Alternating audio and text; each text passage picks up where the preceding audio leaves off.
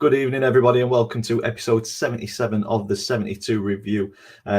Familiar faces with us tonight. We're going to go through this relatively quickly. We'll start with Jake. Introduce yourself. Let people know who you are, what you do, and why you do it, and let people know why you're standing up and why we're going to get through the championship fairly quickly. I'm Punkchef41. I cover Sheffield Wednesday stuff. As the title says, Punkchef, and in bracket refs are insert your bleated there because I can't be dealing with them this weekend. I also help co-host the Talking Wednesday podcast, and the reason why I'm standing up, I got beaten up by my 9-month-old kid, and it hurt to sit down because he decided to charge at my hip quite fast because he's learned how to do a bit of walking, running now. And took my hip out and my back hurts, and sitting down really hurts. I'm standing up for the championship bit, but that's all you're probably going to get me for because I am in so much pain and my painkillers don't work. So yeah, we'll get through the championship fairly quickly so you can dip off, Jake. And I'm going in a bath. I'm going to send myself off. We've got a few in the chat already. We've got John. Good evening, John. Neil as well. Good evening. We've got John, the Wrexham fan, as well. Greetings, John. We've got evening, Finley. Good evening, Finley. We've got Matt as well. Good evening, everyone. Dale has just dropped in as well. Good evening, everybody. Thank you for joining us, and we will get round all the divisions in the next hour or so. Ian is next to me. Introduce yourself, who you are, what you do, and why you do it, mate, for anybody who doesn't know. For anybody who doesn't know, I'm Ian. I'm a 62-year-old Rotherham season ticket holder, suffering quite badly at the moment. But when the Millers are away, I go all over the country vlogging for my own YouTube channel. So I think Dan will put it in the description. Yeah. It's already there, mate. Already there. Yeah. Lovely. And for all of you that don't know, I am Dan, 18 Dapper. I do stuff for Doncaster Rovers and talk about our game this weekend. Jonathan has dropped in. Evening, Jonathan. Bit of a frog in his throat. He can't get rid of it. So he was going to come on, but he's struggling a little bit. So we'll talk about the amount of times when you do your opening and you completely forget to mention who you are. And it's like kind of really great to hear you actually go, oh, yeah, and there's me. Yeah. Just forget. I just want to get on with it and into the therapy session that is the 72 review. And the therapy session is definitely needed this weekend for 2 out of the 3 of us. I think for us, take the draw with the position that we were in 10 minutes in, but we will get onto that. But yeah, let's move on to the championship. And we will start with a, you've put refs are expletive in your title, Jake. I've dressed like a ref just to cheer you up a little bit. Hey, referees. The game itself, right? We actually play some really good football, play well. We have a slight issue in this situation at the minute where we can make the chances, but we're not clinical enough. You look at that 12 and 6. That if you're doing 12, you want that to at least be 8 shots on target minimum. If we can get clinical, then I'd be a lot happier, even with a loss. It just we didn't deserve to lose it because we played some really good football, and against the team who've just come down as well.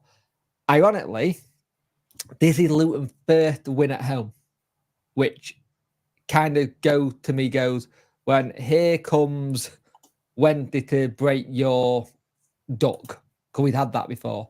Now, I think one of the things that people have got to be careful with this is that it is a new style of play. It's a new team, and it's a better position where we were last season in terms of points, but I don't think it's time for Wednesday fans to really go. If you actually look at how we played, we're playing decent football. It's just not coming good yet. Second half, he changed things around a little bit. And Barry Bannon just doesn't do tap-ins. I'm sorry, this is the second weekend in a row he's done a worldie. And the thing for me is it's all right him keep doing these worldies and getting it right. But what happens when you don't have that? Where's everyone else coming in to get the goals as well? That's what I want to see a little bit more than it just being on Barry Bannon's shoulders. Now, Deshaun got a yellow card earlier in the game, and it was a bad tackle. The penalty situation, it hits him here. I had all Luton fans go, oh, well, it hits him there, it's still a penalty. It's not. No. If it hits you there, it's thing. What I will say, we got to start with goal mouth scrambles. Beadle was kind of, it's one of those things, he's where you want a defender to be. The only thing I can think the referee got it's a goal scoring opportunity. But even at that, you're still allowed to use that part of your body. Yeah. And the only thing I can think is that because he'd gone like that into it or lent into it, he'd gone, oh, you've done it on purpose, which you have, but you're allowed to use that part of your body. Well, we can't change it. It's happened. Get on with it, because we can talk about bad decision till we're blue in our face. Yeah. By the way, 500 days since we had a penalty. We haven't had a penalty since our playoff semi-final victory at home against Peterborough. That's ridiculous. The team who we're on 62 games without one. The record is 77, I think, by Port Vale back in 2015. Wow. But they brought on some subs and they changed the game. They had more players. It helped. It does help when you have that. But their second goal, if that's the penalty, it shouldn't count as a goal because he controls it with his arm. He did. Gordon Morris did. Yeah. I get the understanding where you can give a bit of leeway, maybe it's ball to hand instead of hand to ball, but he does control it with his hand. And that's the thing that annoys me, that we get screwed over due to two bad refereeing decisions where we played really well and we lost it. Yeah. And I don't think we deserved to lose it. I don't think we deserved 2-2 Man City Arsenal, by the way you called it, Ian. I did call it, didn't I? 98th minute as well. John Stones as well. Yeah. I called it. But the thing is, for me, is if you're gonna, I want consistency. If you're not going to give a penalty, if you're going to give penalties like you don't give the goal. But we also had it where we had two penalties not given against us, where it hit the player's hand. But as a group of players, we haven't surrounded the ref. We've gone penalty and then gone, oh, we haven't got it then. Fair enough. Because we don't get penalties. And I think that's something in our makeup. Because we don't get them, we don't appeal. But if you look at the stats say it all. It was a little bit of a smash and grab by Luton. But at the end of the day, I'm not too worried about how the game was and how we played. I think we're playing better.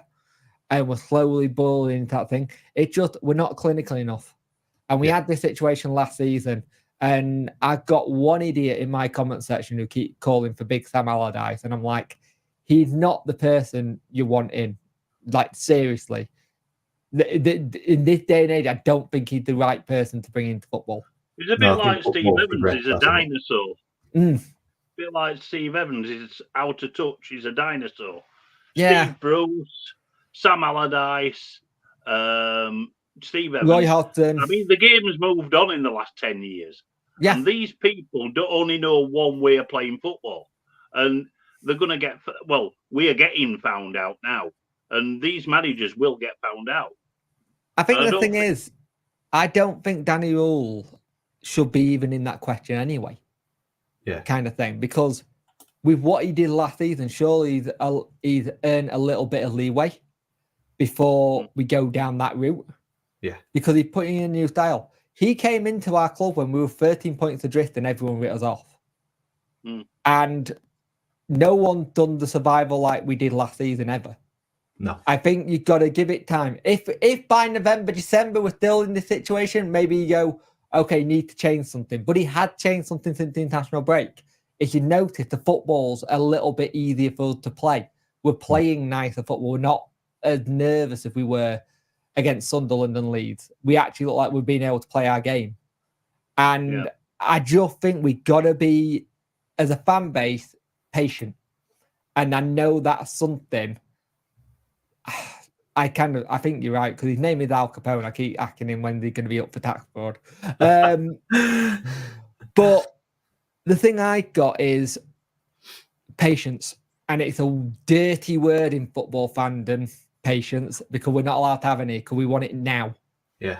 And we can't have that right now. We've got to give it a bit. And I think it'll come good, but the performance are there, so I'm not too bothered about it in that sense, because we're playing well. If we were playing shit and doing it, I'd be concerned. Yeah. But we're not, so we'll see. Yeah, that's it. I I don't think you were the only one with issues with referees, Jake. I mean, Dale's coming. We'll talk about Notts Gillingham when we get onto League Two, but he's mentioned the ref and Lino need to be gone in that game, and also Neil at Bradford thinks that they should have had 2 clear pens. We did say this was going to be called Ref Watch or Ref Rant. Yeah, in our chat we have. I mean, the thing is, right? They can go and spoil a fan base's weekend, and then everybody goes and flaming. It's on the press, it's in the newspapers, it's in the media, but nothing's ever said to them. And the weekend after, they can go and ruin somebody else's weekends. They're not accountable. I want ref mic'd up. I want ref mic'd up like they do in NFL and rugby. Yeah. I want to hear the decisions. And then if it is bad, then they have to go and speak to the media. Yeah. But for some reason, referees are like goalkeepers. They're a protected species. Yeah. Yeah. HID is coming with Plymouth, saying for the first time ever we had a half-decent ref who let the game flow for a change. So you know what? 17 shots each. That's insane. Yeah.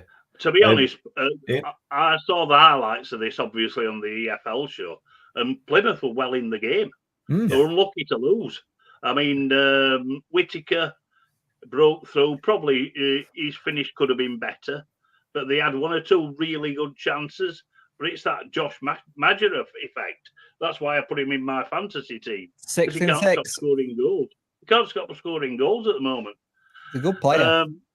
Unlucky Argyle. I think Wayne Rooney said it. He said that how unlucky they were and how pleased they were with the performance. So I wouldn't be too down about it. I was speaking to some Plymouth fans and they were saying that's the best they've seen. But when was the last time we had a game where it's 17 shots each and 4 on target? Must have been a brilliant game to watch with neutral. Yeah. Yeah. I mean, ATID said is not even mad, which is a surprise. ATID. Normally, you're not looking forward to listening about Plymouth or hearing about Plymouth and touching on their games. But yeah, not even mad with this one. Gave West Brom a bloody nose. Could have had 4 before they scored. 3 points out of the top 2. That is the mark of a promoted side. If they can get the job done and get a win when they didn't play particularly well. Exactly. I mean, yeah, that's it. Lovely. Any other games that Leeds took your fancy? Because he'd been sacked at Cardiff. Cardiff Leeds. Take it away, Jake. Cardiff looked poor.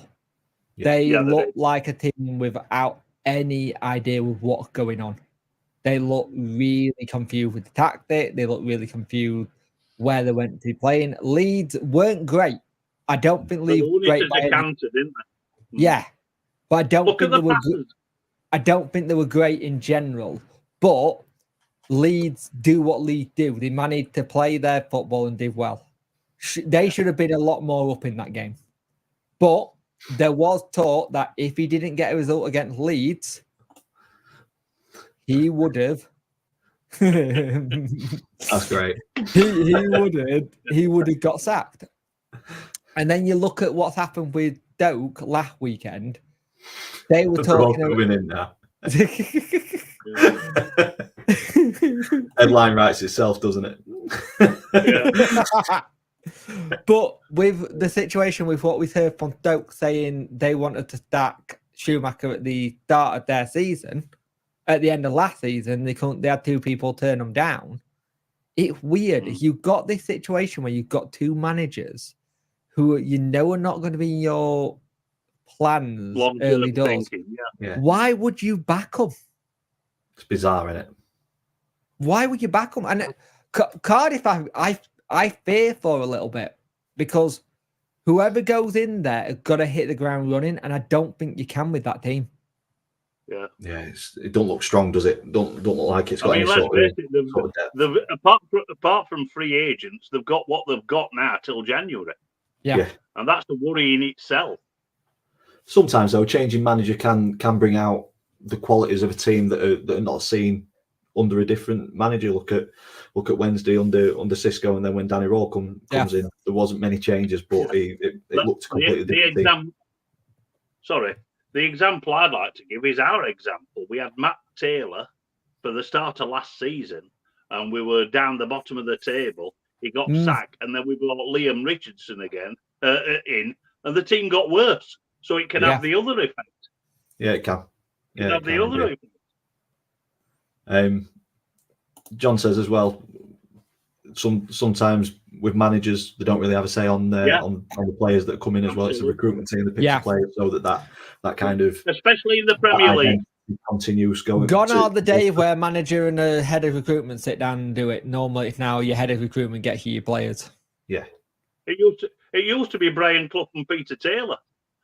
Back in the day, back in the Forest and Derby. Yeah, but they would literally go up to them and get them. Where I think when we did our transfer window this year, we had people who were saying that Daniel had a 2-hour conversation with the player before they signed, and they were like, "What's that all about?" Yeah.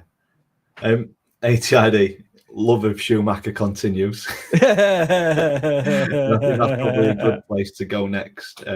Obviously, Schumacher out of the door at Stoke, which was a little bit of a surprise, I think. By the way, can I just mention something about Hull City's staff's coats? They all look like military coats when they come on the pitch. I've not noticed. I'd have to have a look at that. Oh, Google it. It's really weird. They all look like a military operation when they come on and like do a play. It's really weird. Right, I'm going to have a look at that. Well, no, Schumacher leaving was a little bit of a shock for me. We've got a Stoke fan at work. When I told him the news, he didn't believe me, thought I were pulling his leg. They've not had the greatest starts, and that seems to have continued. They're not had the worst, but not the best. Yeah. I think expectation at Stoke seems strange for me. Like, I'll go back to the guy at work. He expects them to be kind of pushing up and in the mix of the top 6. Now, for me, I don't see Stoke as a top 6 team in the Championship. I don't know about you guys. No. So I don't know if there's like a high expectation in the fan base or around the club. I'm not sure, but I see them as a solid Championship team, never really fighting at the top or never really struggling at the bottom. So the start that like they had, a Preston. Like a Preston. So the start that they've had isn't ideal. But yeah, Schumacher for me, a little bit of a strange one. John agrees with me on that. Sacking Schumacher was odd. Appointing this new guy is even more baffling. So we'll see what. I think the new guy's interesting because they're taking it out of that whole. They're taking it out of that whole situation where it's someone we know about who's seen and done it. More and more clubs are starting to do that situation where they are taking risks with players or coaches who had not done it yet, which I think is something that's interesting. But it's got to work first time. Yeah, I mean, Gar believes that Stoke should be up there, but it's a club that is seemingly cursed. You look in the private chat. I found you the coats. Private chat. And if you go down to coats and go over, it's like a weird green colour. It's very strange. I'll try and get it up later on in the show. Yeah. I get what you mean about. Like, but when they all run on at the same time, it's really odd. Yeah. It's like throws. Neil says that the new guy at Stoke was a coach at Norwich, so he's probably had a little bit of experience over. He was a goalkeeping coach, wasn't he? Yeah, a bit of a strange one. Over the last 6 seasons, Stoke have finished between 14th and 17th, being a 9-point difference in that time. The club with a lot of money and the owners do care, just nothing seems to work. They've never really been able. They've never been able to replace Pulis, though. Let's be honest. Yeah. I mean, it sometimes happens when a club does throw money at it, and nothing seems to stick. I mean, look at the Radfords at Mansfield. I mean, they had. It took them donkeys years to get out to League Two. Are you laughing at ATID? I'm looking at ATID, yes. I'll put it on there. I cannot speak any German, or very little. There's a couple of phrases that I know, but not much. I can guess. I can educated guess. I will go on to Google Translate later. Any other Championship games that you guys want to talk on before we let you get settled? Just the one. I think Portsmouth are finding out how difficult it is to have Yeah. not the best financial structure in place for the second tier. Yeah. And you can find out when you are down there, and I think Portsmouth will be in and around the bottom six, that every bit of luck was against you. I mean, that winning goal from Brownhill, it was virtually a pass. It bobbled in. What I love about that, the goalkeeper just stands there going, sod this. He's already going in, I can't be bothered. Yeah. Yeah. That's how it seemed to me. That's how like it went in slow motion, isn't it? Yeah. But half decent team, Burnley, yeah, I mean, it's a tough ask to go to Turf Moor as a promoted side and get anything. Yeah. But yeah, I mean, they're gonna. I think they're gonna find out. I think, and if they don't make Fratton Park a fortress, they're gonna really struggle. Yeah. I think the only thing I like about any team that played Burnley, because I just want team to beat Burnley, because God, Parker got such a mackable face. Oh he yeah, does this sodding head in when he does interviews, because he's so up his own backside. Yeah. The thing is that he got right to me because he had proven that he had done stuff in football and been a decent manager. But the way they go coming across where you don't look like you want to punch your TV. Yeah. I know I'm not the only one who thinks that. No. It's like the Ian Everett of the Championship, isn't it? Yeah. He is indeed. Gar said Portsmouth are competing well. To say a lot of the teams have played so far, everyone thought would be up there. Yeah. So yeah, Neil agrees as well. I mean, if they can take points, if they can take points off of your PNEs and your you know, oh yeah, that's true. Bishop's out injured, isn't it? Yeah. Yeah. Yeah, that's a big miss. That's a big miss. You know what I find funny? Do you know there's a Twitter account that actually, before, like when they got Parker on TV, it's a Twitter account that just follows what he wears and how much it costs he's wearing. Some people have got far too much time on their hands. I found it on one of the games that it popped up. I was like, why had someone made an account just called Gear Got Parker? It's weird. Wow, far too much time on the hands. Can I just have one more question for the comment? Should Coventry fans be worried about their start? Because it's looking a little bit worrying for them. I mean, I would say no. No. Shall I tell you why? They haven't started well the last couple of seasons. Now, last season, especially last season, last season their pitch got buggered, didn't it? So they had to do all the replays and stuff.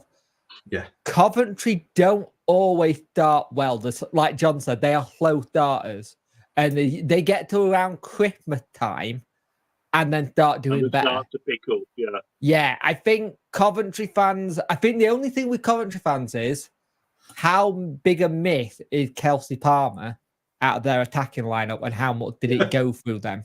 I like that from Gar. I think they'd be more concerned if they started well. Yeah. I think the general consensus, general answer to your question, Ian, is that Coventry starts slowly, so no concern from their fan base as of yet. My big concern for Coventry is if when the point where someone goes to them, here's a lot of money, we'll take Mark Robbins off your hands. Yeah. That's where I get a bit scary with that one, because it only takes someone like a Cardiff who have got a bit more money to go, hey, we want him, and maybe he wants a fresh challenge. But the thing with Cardiff, the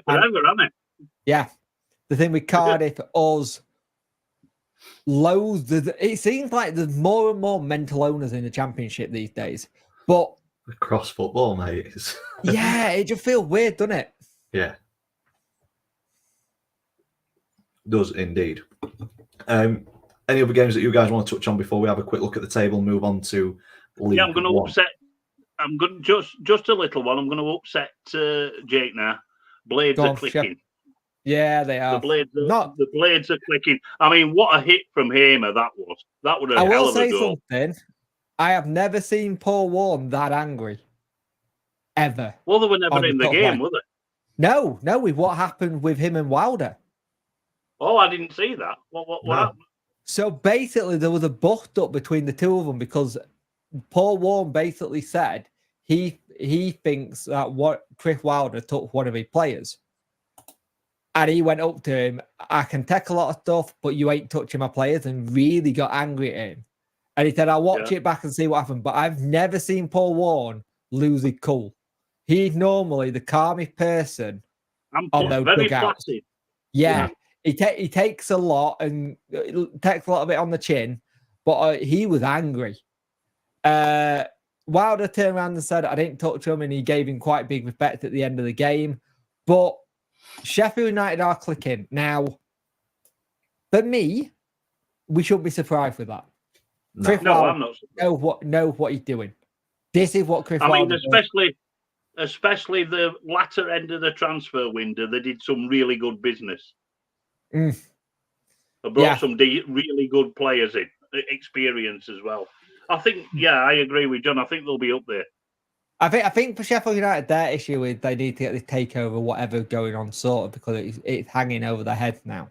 Yeah, it's dark cloud, isn't it? Yeah, because there was talk this morning, I read on one of the Patreon sites I'm on, saying that the person who wants to buy him is now looking for more money to come into it. And I'm like, well, hang on, if that's the case, you haven't got the money then. Yeah. And this has been going since, last November? Something like that, yeah. It's been something daft, hasn't it?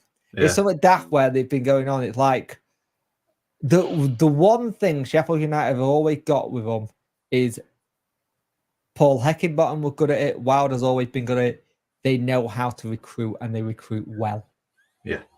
And that's their key point. And it hates me to say out doing again. One of the deals that of the summer, in my opinion, we were getting that keeper. Oh, so that keeper from Plymouth. Yeah, Cooper. Excellent keeper.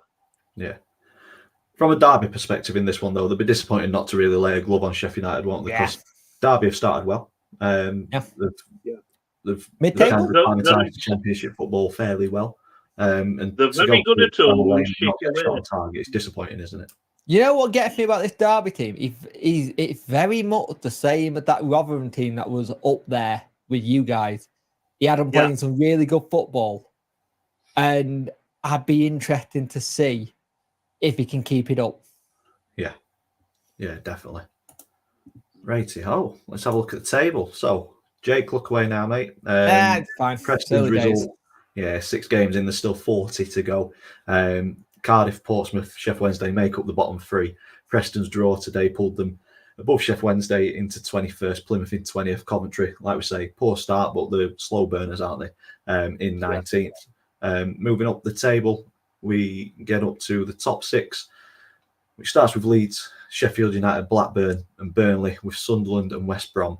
The top 2. West Brom ridiculous to lose a game, along with Blackburn and Sheffield United. So 3 teams that are maintaining unbeaten runs. But look at Oxford and look at Oxford. Look at Derby. Yeah, fantastic they're both doing really well. Yeah, really just got about it. No issue. Can't draw a game though. Can't hold on to a lead, or can't put a game to bed. one of the 2. Just before I go, what was it with this weekend and red cards? It felt like it was the most red cards in one weekend I think we've had in a while. Yeah. How many did we have in the Championship? There was a few, weren't there? Well, there was one in league game. There's our one. One. Leeds, us, Preston. Preston had 2. Preston had 2. Yeah. Yes. Wow. It's getting close to Christmas. Yeah, it just seems like there was a lot of ill-tempered stuff this weekend. Yeah. With players. It's like they knew it was the busy end. But lads, I'm going to leave it there because I'm going to go have a bath and curse my youngest. But I will carry on watching after I have my bath. But thank you for having me on, per usual. Just gutted I can't be a bit longer. Lovely stuff, mate. Take care of you, son. Get well soon, mate. Next Cheers, pal. See you later, lads. Bye. Take care. Bye. There we go. And that there were takes on two. to League One very nicely. Me and Ian left for it. Let's go with Rotherham against Birmingham, mate. The very good team, aren't they? This could be a long one, to be quite honest with you. First of all, absolutely massive credit to Birmingham City. They've recruited exceptionally well. Obviously, they've had the financial backing, but you can have financial backing and buy rubbish. Birmingham haven't. The Japanese lad, Awata, or whatever they are to pronounce it, is a superb player. I think he's a Japanese international. I'm not sure. But they absolutely, I mean, we had the first 5 minutes, tried to put a bit of pressure on them, and they rode that fairly comfortably. But as soon as the first goal went in, it was game over, basically. I mean, it was a Stansfield shot. Oh, Stansfield was superb, by the way. That got blocked, and nobody closed a water down from the edge of the box. Hit it low and hard. I still think that Dylan Phillips should have got something on it, but he seemed to dive over it. But that's another rant that I'm going to have in our goalkeeping situation. But 1-0 quickly became 2-0. A fantastic lob from Stansfield over the statuesque Phillips, 2-0. They had one or two chances to make it 3 before the interval. Actually, Phillips, to his credit, pulled one decent save off. And the second half was just a procession. It was like a training ground exercise. I think Birmingham took the foot off the gas quite a bit. They made a load of substitutions to give players game time, and they handled it pretty superbly. We never laid a glove on them, and we hardly got the ball. Yeah, John's just come in and said that it's one of the most comfortable away games he's seen in many years. Yeah, absolutely. Yeah.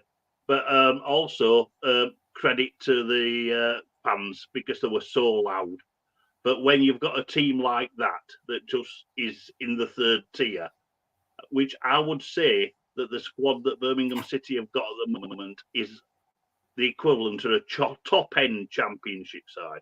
That's how good they are. Lolo agrees. He said that Birmingham would have done well in championship with that team. Yes, absolutely. Talent, so, my worries for Rotherham United is that, like I alluded to earlier on, we have got a load of new players that aren't gelling. We've got a style of play that isn't easy on the eye and seems to bypass midfield. In other words, hoofball. It's not nice to watch, even in the games where we're playing teams that aren't as good as Birmingham. We've got, I think we have, it's coming up to 2 years since we last won an away game, which were at November 2022 against Sheffield United at Bramall Lane. We haven't won away since then. I think that's about, 45, 46 games. We've got 2 away games now. We've got Shrewsbury Town and Cambridge. Now, both ordinarily, and I don't want to, to be honest, both of them should be winnable. Yeah. But if we, after those 2 away games, are still waiting for us the first away win in 2 years, then I'm seriously worried. Really seriously worried. I alluded to Steve Evans' tactics when we were talking about the championship. And he's a bit of a dinosaur. I mean, hoofball worked 10 years ago. Route 1 worked 10 years ago. It's not working now because coaches have learned how to play it now to combat it.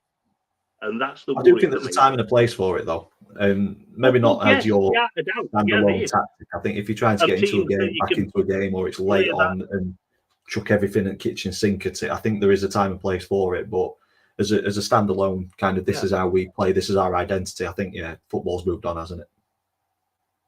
Of course. And I think, like I said, it's getting worrying now, which I've put on me banner. If we carry on the poor form that we are experiencing at the moment, we've got 1 or 2 key players out. Liam Kelly were missing yesterday. We've still got Andre Green to come back. I mean, they're all sort of big-ish name players in League One, and they're going to be a miss for anybody. But it's not nice to watch. It's not pretty. No. Johnson Clark-Harris came to New York Stadium with a big fanfare. He's not really done an awful lot. He scored a penalty and won from open play so far. What do I feel about the pressure Evans is getting? It's justified. It's justified because the fan base wants to be entertained when they come to when they come to the New York Stadium. And what we are serving up at the moment isn't entertaining. It's functional, occasionally successful, but not nice to watch at all. But that was the case 12 years ago when he first came, and it was very successful then. But the game's moved on. The coaching's got better. It's become far more professional. And to be honest, I mean, I didn't want him back. I'll admit that I didn't want Evans back, but I was prepared to get behind him, and I thought it was what we needed at the back end of last season when we just went down with a whimper. I thought it instilled some fight, some determination, bit of robustness, some fighting for the shirt. Yeah. I've not really seen that. I've not really seen that as yet. It's very early days yet. It's only 7 games in for us. Yeah. But it's things have got to improve, and they've got to improve fairly quickly. Or, and I don't think I'm over-egging this at all, we're going to be in a relegation battle if we're not careful. I'd take mid-table now. Yeah, because I don't think we're good enough to taking that season. I think you were saying you wanted a season of kind of restabilizing, and you said it would pointless kind of yo-yo in between League One and the Championship, because every time you go up, you just come straight back down. So it's about kind of building something like. It's like I want my club to do what Ipswich Town did and build gradually. They had 3 or 4 years in League One to build a squad. And now they're flourishing because they went through the Championship first season, and now they're looking a competitive Premier League side. I mean, obviously we will never get to that stage because of finances and everything else. But what I would like us to do is I'd like us to compete better. I'd like us to play for the badge instead of individuals like they seem to be doing at the moment. Yeah, and just watch this space, and I hope things improve. Yeah. From a Birmingham perspective, John said that he'd like to point out that they're missing the first choice right back and captain Bielik for that game, which shows the strength of the squad as well. And then Gar asked if Birmingham's wage bill isn't something ridiculous like 16 million quid. John answered that's just a guess. He doubts it, but.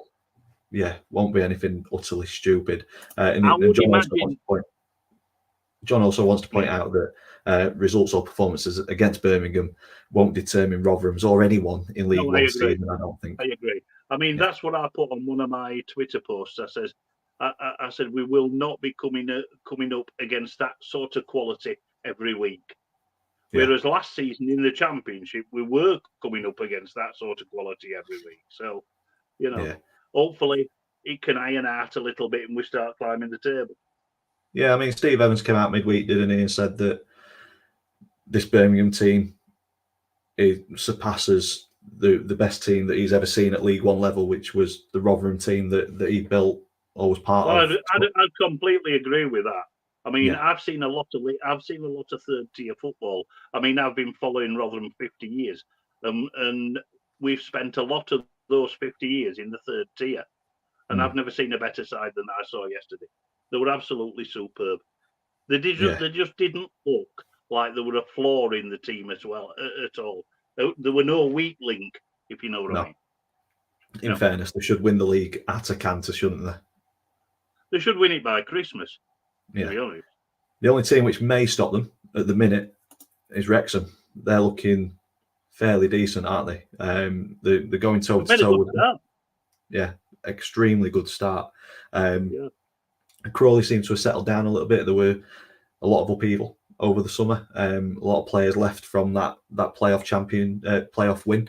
But Crawley have got a good knack of finding gems, haven't they? In terms of they have. They do tend to recruit a lot from non-league football, which seems to work for them. Yeah, and everybody's bottom side, I think, in all the predictions, and I think they're proving people wrong again. And look at this game; they were well in it. They took the game to Wrexham, didn't they? 18 shots, 7 on target. They had more of the ball. Yeah, decent. John, Wrexham fan, has come in. 71 wins, 13 draws, 6 defeats at home since Parky arrived. Crawley unlucky not to get something from the game yesterday. So yeah, he's always very unbiased and fairly balanced with his views, and I think the stats show that, don't they? The secret of a successful side is to win games where you're not necessarily the better side. Yeah. Yeah, so another decent 3 points for Wrexham, which keeps them in touching distance. I think they are top, aren't they? I don't know. They are top, yeah. They are top. It's the game in hand for Birmingham, but yeah, I mean, the one defeat was against Birmingham, and I think that for me could potentially decide the title come the end of the season. The results against each other. Very good team. Anywhere else you want to touch on, mate? Yes, Huddersfield Town. Who saw this coming? I can tell you somebody who didn't see this coming, and that's Anthony, a good friend of mine, Huddersfield fan. Very, very disappointed with this result and performance as a whole. Well, the thing is, I mean, if you want to see a disaster or a club playing out from the back, just look at Northampton's first goal. It was an absolute joke. Yeah. I mean, if something like that happens early doors in the first 20 minutes, it's got to give the opposition encouragement. Yeah. That's it. I mean, come on, we're 1-0 up. We didn't expect to be 1-0 up, but they did a job. They did a great away performance. I mean, 34% possession. Huddersfield just had one of those days, a bit like what happened to them at New York Stadium. They just had an off day. But Karoma has been their player of the season so far. We are to doubt. I mean, he's the go-to guy, isn't it? For goals and everything. But an ex-Miller, unfortunately, Jake's not here with Claxon, but Tariq Fosu scored the third goal on a breakaway, ex-Miller. Yeah. And they even had a man sent off. I don't know really what for, but I mean, 83 minutes, there's still 7 minutes plus added time. So you'd think, if Huddersfield got one, it goes quick one then. Makes it nervy, doesn't it, for the last couple? But it looks like they fielded that fairly well, and that's a fantastic result for John Brady's Northampton. Yeah, massive result, one that probably destroyed a lot of accumulators last week. I'm sure it did, but there were one or two in the bottom two tiers. A lot of two. I mean, look at Stockport. Yeah, Jonathan's mentioned Leyton Orient as well. I think we need to touch on Leyton Orient. Ethan Galbraith, Jake could have been here with the Claxon a few more times. A couple of goals for Ethan in 17 minutes in the first half. I don't think they'd won a game, had they? No, they won at Reading last week. They won at Reading last week. They did, correct. So, two away wins at Reading. Two away wins at Reading and Stockport. I mean, that's Richie Wellens doing the business there, isn't it? Really? Yeah, it is. I mean, it is indeed. Superb results. They look good. They look good for. I mean, you look at the shots, and Stockport have had twice as many shots, but really poor in terms of the conversion rate of those. More possession and stuff. So, if you just look at the stats, it looks a bit like a smash and grab. Everything that Leyton Orient's done has come off and found the back of the net, whereas Stockport have just had to huff and puff and not really got anything from the back of it. But I don't think Richie will care about that, will he? It's all about the 3 points and goals on the. I mean, come on, 5 shots on target, 4 goals. That's efficiency. Yes, you'd certainly take that every weekend, wouldn't you? Yeah, I mean those 2 results alone had destroyed a lot of hackers. Yeah, definitely. Bolton. it was going to happen. Yeah, has it turned, or is this a flash in the pan? I don't think it is a flash in the pan. No, it was always going to happen.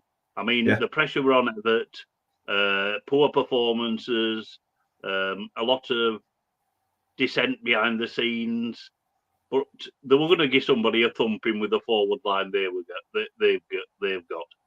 And unfortunately, Reading were on the receiving end. But the stats are virtually identical. Yeah.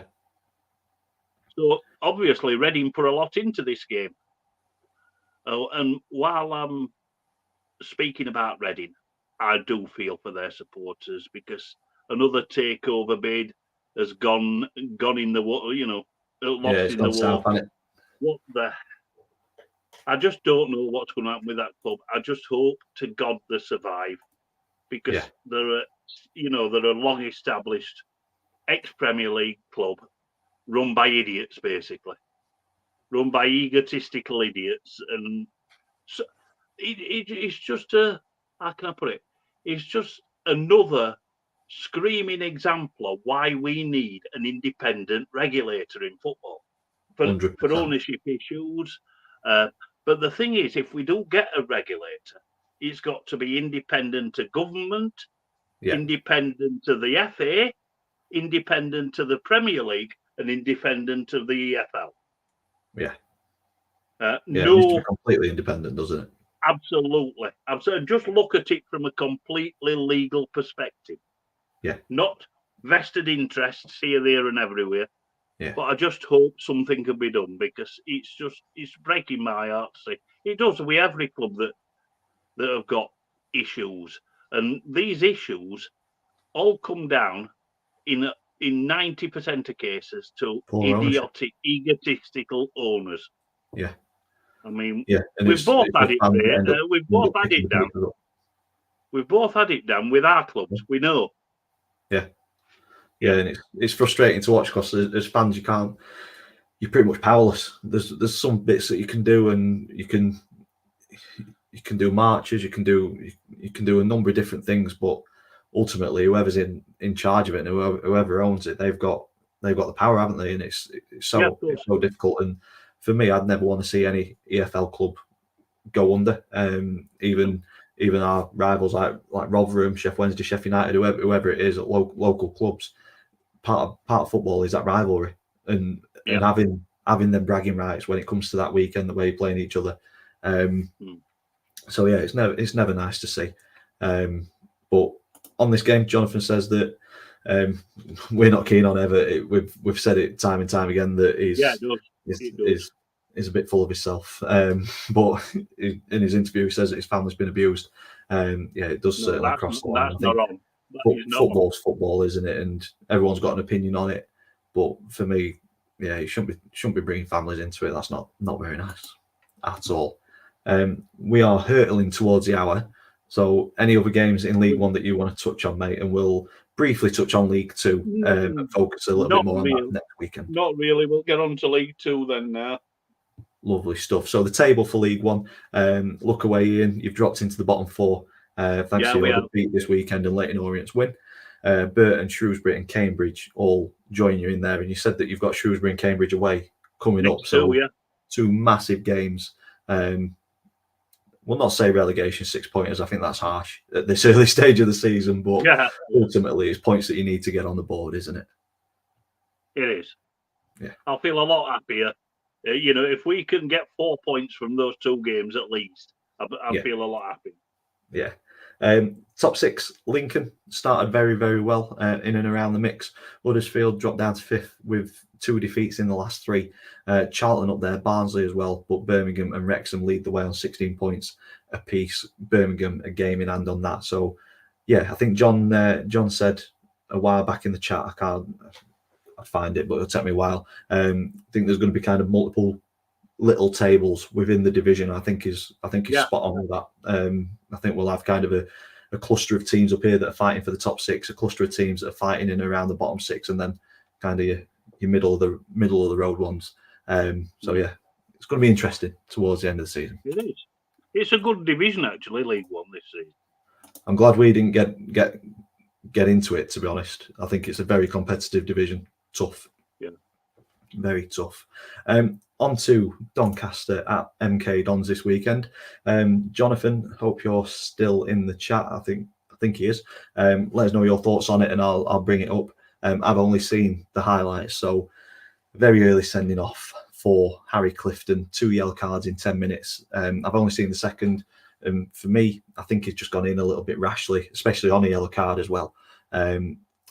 Didn't seem too much in it, but obviously seeing yellow cards given for it, and I think if you're already on a yellow, it's a bit silly to go in like that. I think Harrison's made the most of it, but ultimately, yeah, you're on a yellow card.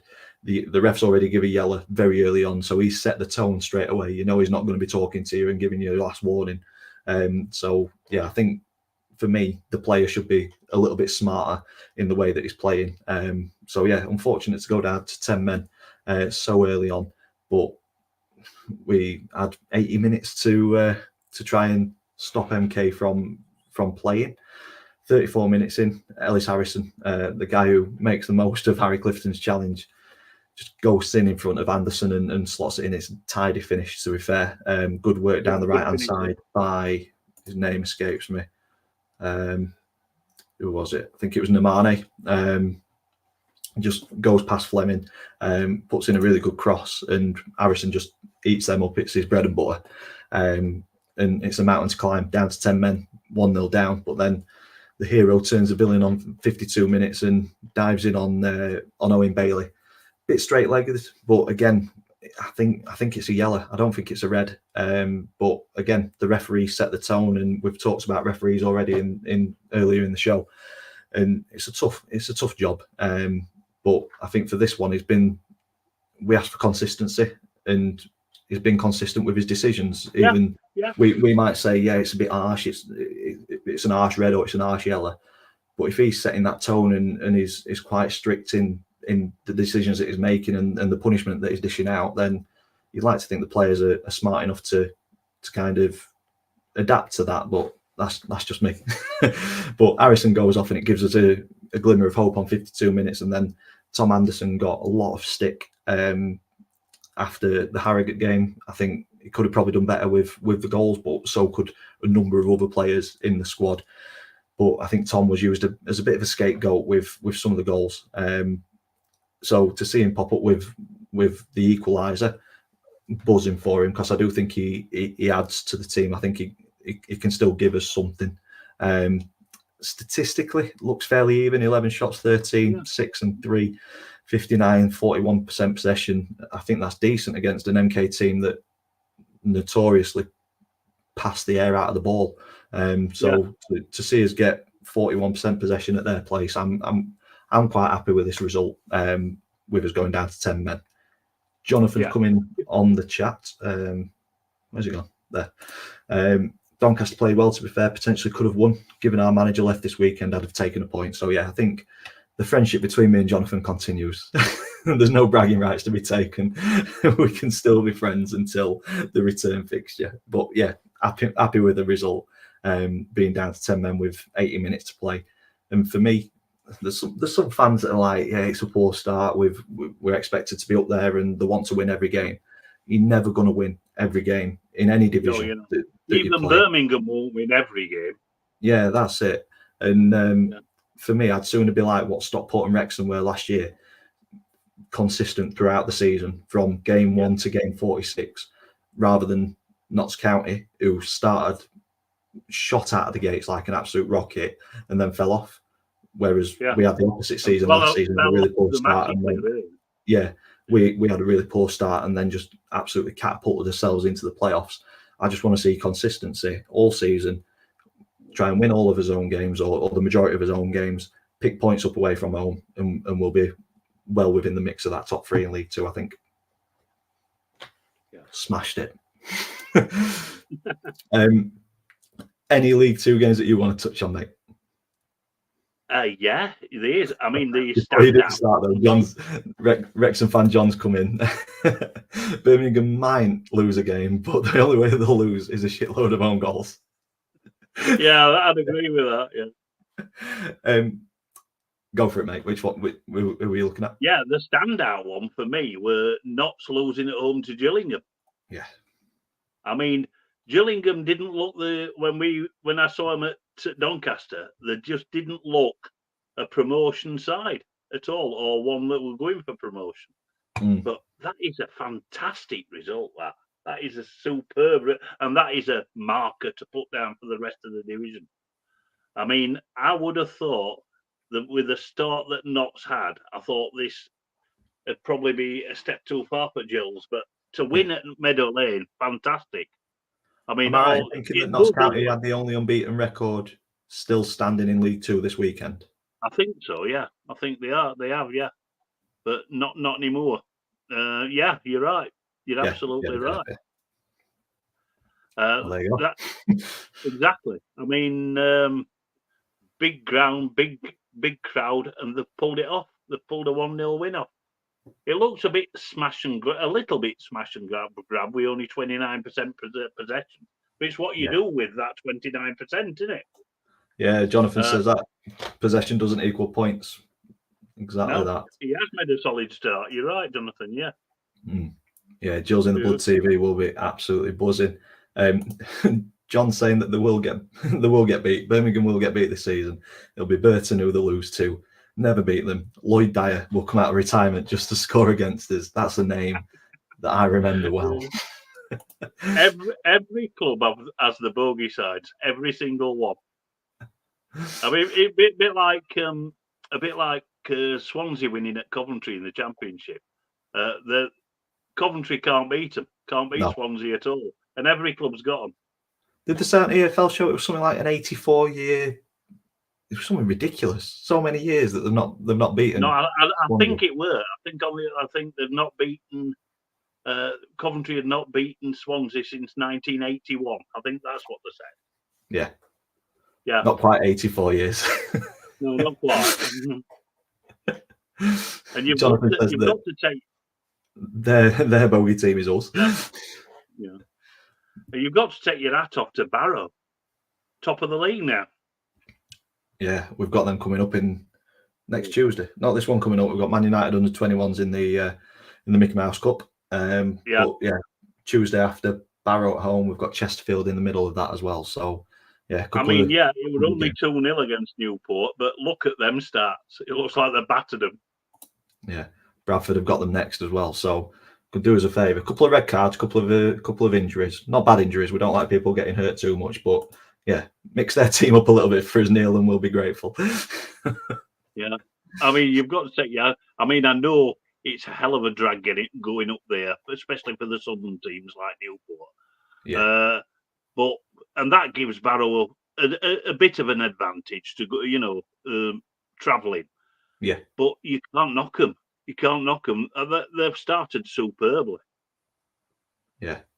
I think for Barrow as well, it's like I say, they've got an advantage at home, but that advantage has long gone on every trip away because they've got that distance to travel to other teams, haven't they? So and they're doing bits away from home as well.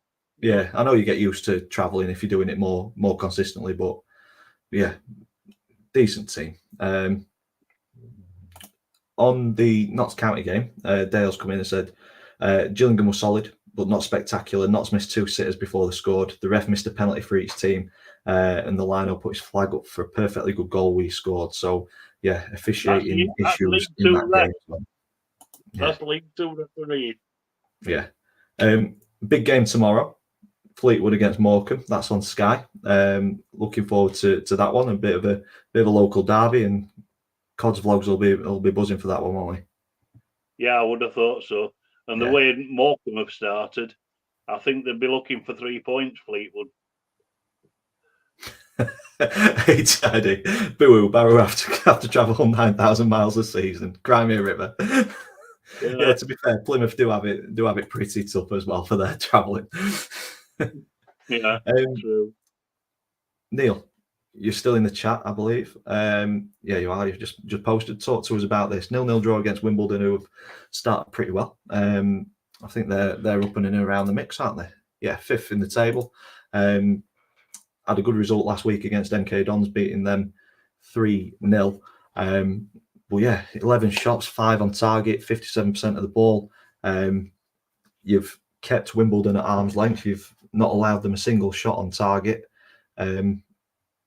What was it? What was missing? Obviously a goal. What was it that just didn't click into place? I mean, it's coming now. Wimbledon unlucky not to score with a shot that hit both posts. Yes, I do remember seeing that on the EFL show. Yeah. Decent little trick, to be fair, hitting both posts and it not going in. And he's saying 2 clear pens not awarded to Bradford. So again, officiating. Yeah. I was hoping that more games on Sky would highlight the ineptitude of some refs, but like we say, it's a tough job to do, isn't it? A referee, you're never going to please everybody, and as long as you're consistent, then you're there or thereabouts. But yeah, like you said, you don't mind if they're crap for both teams. Yeah. But if there's big, like Neil says, 2 clear penalties not awarded to them, that they're game-changing decisions, aren't they? And when it's like that, it could be the difference between making playoffs or not, making top 3 or not. And over a long time, I mean, we've got 46 games in a season, but we've seen decisions and seasons come to the final game where you've got 5 or 6 teams all fighting for one place, and decisions like that could massively alter the trajectory of the season, couldn't it? Mm. Yeah. I mean, John said it, never blame a man until you've walked in his shoes. It's a tough job. Yeah, it is. Yeah. Neil said that we've got injuries galore at the minute, and had more yesterday in the game as well. So that's not good.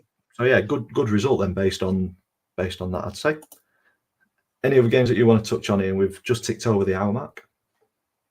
Not really. I mean, Collieu got a good result against Tranmere. 3-0, quite convincing. Yeah. See, we had Colchester having a much better season than what they had last season. Yeah. I think they're starting to show that it's there, isn't it? To be honest, Lyle Taylor is a good pickup for any League Two side. Good striker. Yeah, he is indeed. Yeah. Scored twice yesterday, and yeah, like I say, convincing win, isn't it? I mean, looks fairly even on the stats other than the scoreline, but possession 65%. Yeah, but it don't matter. It's what you do with the 35%, and obviously 8 shots on target, they're doing something well. Yeah, they are indeed. Yeah. Lovely stuff. I think we'll focus a little bit more on League Two next week. I think we'll start League Two, go to League One, then finish in the Championship. So we'll get a little bit more time, and we can have a look at a few more teams, because I think Bromley need talking about. They've started well. Crewe are doing bits as well. Port Vale. 4 straight wins for Crewe now. 4 straight league wins. Yeah, and we'll touch on Chesterfield as well, because Donny are playing them. Looking at the League Two table, the bottom 2, Morecambe and Accrington. Morecambe can leapfrog Accrington if they beat Fleetwood tomorrow night, but already starting to look like they're starting to get cut adrift, which is not good at this early stage, is it? I mean, let's face it. I mean, when things go wrong, they really do go wrong. I mean, Accrington were 2-0 up against Port Vale going into injury time and ended up drawing 2 apiece. Yeah, that must have been absolutely sickening. Yeah, it's not good, is it? But yeah, 3-point gap already between Accrington and Carlisle, which it's not great at all. The draw for MK keeps them in 19th, moving towards the top end of the table. Playoffs start with Crewe, Bradford just outside, couple of points between those two. We still stay in the playoffs, but a little bit concerning with a bit of a dip or a blip in form at the minute. Hopefully the 2 home games. Yeah, but 2 tough away games, Dan. 2 tough away games. Yeah, we should. If we've got the expectation or aspiration that's coming from the club that we're going to be up there fighting for the title, then you're going to Harrogate. You need to be fetching something back, don't you? True, we do. Yeah. But yeah, we never get out at Harrogate anyway. But hopefully just a blip in form, and we get back to winning ways against Chesterfield on Saturday. AFC Wimbledon should be a good game. Yeah, it will. They've sold out their allocation, so should be a big crowd as well, which is not always nice to see in the stadium. we've got Notts County there as well. And then top 3, Walsall. Fantastic start to the season. I don't think we expected Walsall to do bits this season. I think we had the mid-table. Yeah, exceptionally good. Yeah. Gillingham and Barrow leading the way on 16 points apiece. So that's League 2 done and dusted. Moving on to the Fantasy EFL. Decent week for myself. I'll take it. 66 points. It's got me up to 300 points overall. I'm still in front of the nephew, which is always nice. We've got Skinner United, AFC Willow, and Stags on tour, making up the bottom 5. But looking up the table, we've got Wolverines up to 14th. Jonathan, you're up to 13th, which is nice to see. Bailey, who won the Predictions League table, is in 12th. Lolo, you're remaining in 10th, 357 points. It's decent. But moving up, Ian, decent for you this week. Look at this. Up to 5th. Yeah. Thoughts on that? Yeah. Well, I've got one game to go because I've got a Fleetwood player. So that could get me a few more points tomorrow. But yeah, I'm quite happy with that. True indeed. And a new leader in the table, it's Lee around the grounds, currently on 452 points, 61 points this week, knocks Adam off of top spot, and he's been there for quite some time. I think he's been there for the first 6 weeks, hasn't he? Been there or thereabouts. He's done very, very well. Good call too. Yeah. Long old way to go this season, though. We're only 6 or 7 games in. So yeah, if you want to get involved, I'm actually enjoying it. I think it's a really good fantasy setup, and whereas you can change your team every week, I think it's superb. Yeah, definitely. Yeah. If you do want to get involved, just search for 72 Review League. It's an open league. Join it, and you will be mentioned on the show future episodes. But yeah, it's looking competitive, and you can both ends of the table. If you're already in it, you can join it, and your points will get your points that you've accrued so far will get added to it. So yeah, but if you're starting from scratch, obviously you go from 0. But if you've already got a team, add it to the 72 Review League. Yeah, lovely stuff. And that brings us to the end of episode 77 of the 72 Review. Ian, any final words before we finish off, mate? Always enjoyable. It's a therapy session on a Sunday evening. I mean, I needed it after yesterday, but great to chat to you all, and see you all next week. Neil, as said, a lot of people didn't notice 6 teams have a double game week. I didn't notice that. So there's some players that will have 2 games in 1 week. There we go. All right, yeah. See, that's good. I did notice one had, I think it were MK Dons, and another, might have been MK Dons, a player. Yeah, I saw 2 teams, and I just thought it were a glitch. Yeah, so did I. But if it's a double game week, they might be catching up for games from the international break. Yeah. Well, we'll have to watch out for that next time. Bloody hell. This is why John loaded with Huddersfield players. There we go. Yeah, Huddersfield, Stevenage and Wigan. Oh, you're sneaky, John. Very sneaky. There we go. Bloody hell. We'll have to watch out for that in future weeks, Ian. Yeah. But yeah, I'm happy with this episode. Like I say, it's a decent bit of therapy. Not a great week in terms of results for all 3 of our kind of focus teams, Chef Wednesday, Rotherham and Donny. But good results for teams within the chat, which is always nice to see. And it's great that the chat's been so active as it always is, talking about your team's fixtures, results, and how you've played and stuff. It's great, and it does drive conversation, as we always say. So if you are watching this on repeat, please stick a big thumbs up on it. Let us know that you are liking it. Comments in the section down below. Let us know what your thoughts are on this week's EFL action. Subscribe to myself, Ian, if you haven't already. His link is in the description down below, as are all the other lads, special guests and other presenters that are on the show. It's all in the description down below. Have a fantastic week. Take care of each other and yourselves. And all that's left me to say is thank you for watching, and we'll see you in the next one.